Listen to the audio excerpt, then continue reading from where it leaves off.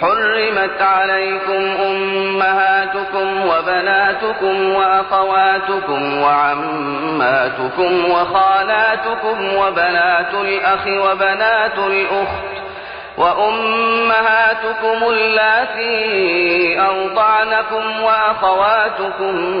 من الرضاعة وأمهات نسائكم وربائبكم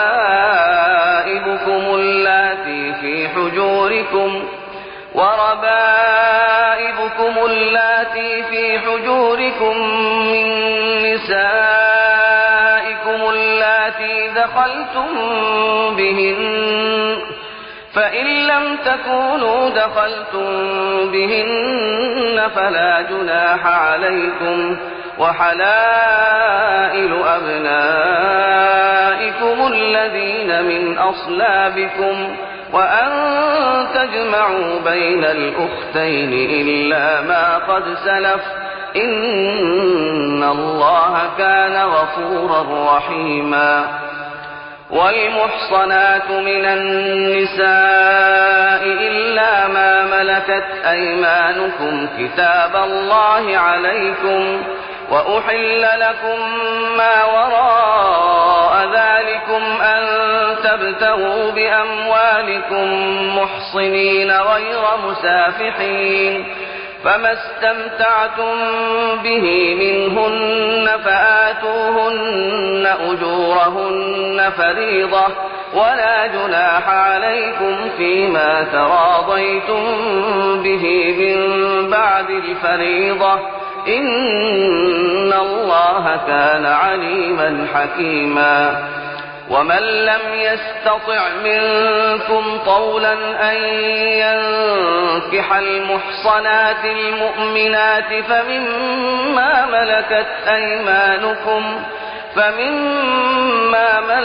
أيمانكم من فتياتكم المؤمنات والله أعلم بإيمانكم بعضكم من بعض فانكحوهن بإذن أهلهن وآتوهن أجورهن بالمعروف محصنات غير مسافحات ولا متخذات أخدان فإذا أحصن فإن أتين بفاحشة فعليهن نصف ما على المحصنات من العذاب ذلك لمن خشي العنة منكم وأن تصبروا خير لكم والله غفور رحيم. يريد الله ليبين لكم ويهديكم سنن الذين من قبلكم ويتوب عليكم والله عليم حكيم. والله يريد أن يتوب عليكم ويريد الذين يتبعون الشهوات أن تميلوا ميلا عظيما. يريد الله أن يخفف عنكم وخلق الإنسان ضعيفا. يا أيها الذين آمنوا لا تأكلوا أموالكم بينكم بالباطل إلا أن تكون تجارة عن تراض منكم ولا تقتلوا أنفسكم إن الله كان بكم رحيما. ومن يفعل ذلك عدوانا وظلما فسوف نصليه نارا وكان ذلك على الله يسيرا. إن تجتنبوا كبائر ما تنهون عنه نكفر عنكم سيئاتكم وندخلكم مدخلا كريما. ولا تتمنوا ما فضل الله به بعضكم على بعض للرجال نصيب مما اكتسبوا وللنساء نصيب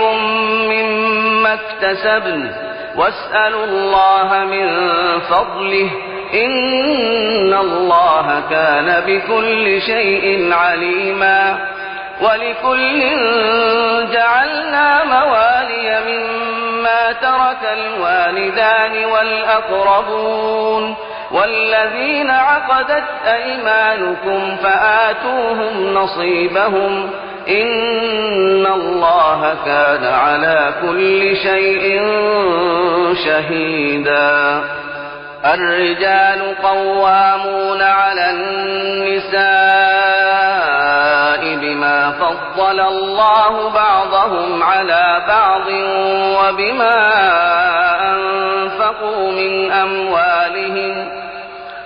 فالصالحات قانتات حافظات للغيب بما حفظ الله واللاتي تخافون نشوزهن فعظوهن واهجروهن في المضاجع واضربوهن فإن أطعنكم فلا تبغوا عليهن سبيلا إن الله كان عليا كبيرا وإن خفتم شقاق بينهما فابعثوا حكما من أهله وحكما من أهلها إن يريدا إصلاحا يوفق الله بينهما إن الله كان عليما خبيرا واعبدوا الله ولا تشركوا به شيئا وبالوالدين إحسانا وبذي القربى واليتامى والمساكين والجار ذي القربى والجار الجنب والصاحب بالجنب وابن السبيل وما ملكت أيمانكم إن الله لا يحب من كان مختالا فخورا الذين يبخلون ويأمرون الناس بالبخل ويكتمون ما